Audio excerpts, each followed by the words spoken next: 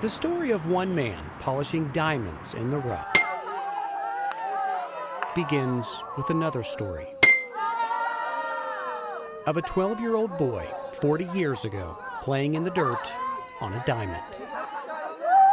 Yeah. In 1978, I was just a little kid that liked to hit the ball and run around the bases. Chris Lisi was an all-star baseball player. This video from a tournament in Willoughby, Ohio.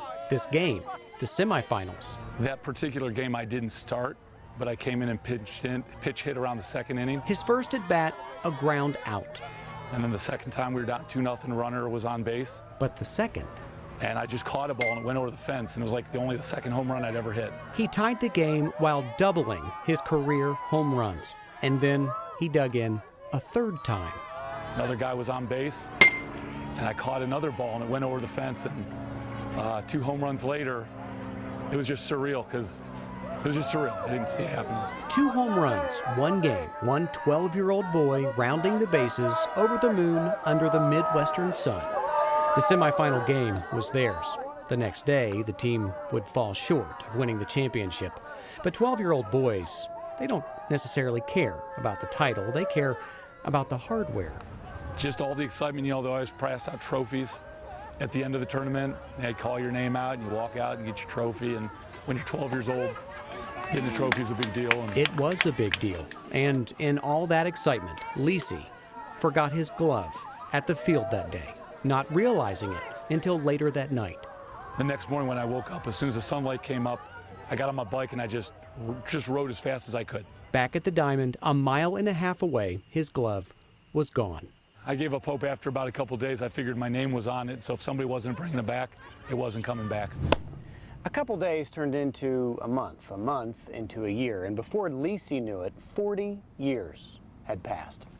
He says his parents spent a lot of time in Florida. They inherited a condo down there after a relative passed away, and he says his mom is a frequent shopper at thrift stores.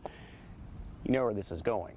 Just last week, she was looking for nothing, and she found everything. She just happened to be there one day, and she looked down and saw the glove with the name facing up. Tucked away on a shelf in Jupiter, Florida, 1,200 miles from Willoughby, Ohio, a 12-year-old's baseball glove was purchased for $1.49.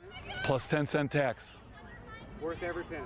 And my dad told me I owe him $1.49. You're on him too long, you're on him too long. Lisi trading in the diamond for the gridiron. Whenever you're ready, Kellenberger, go hit him.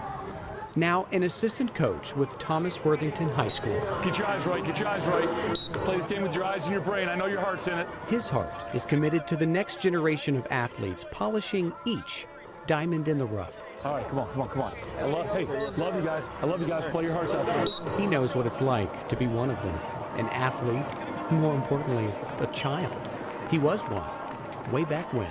12 years old. And it's a piece of him he's never let go of. After all, it's his story. Always loved it.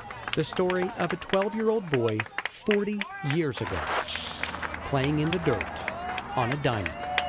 In Worthington, Bryant Somerville, 10 TV News.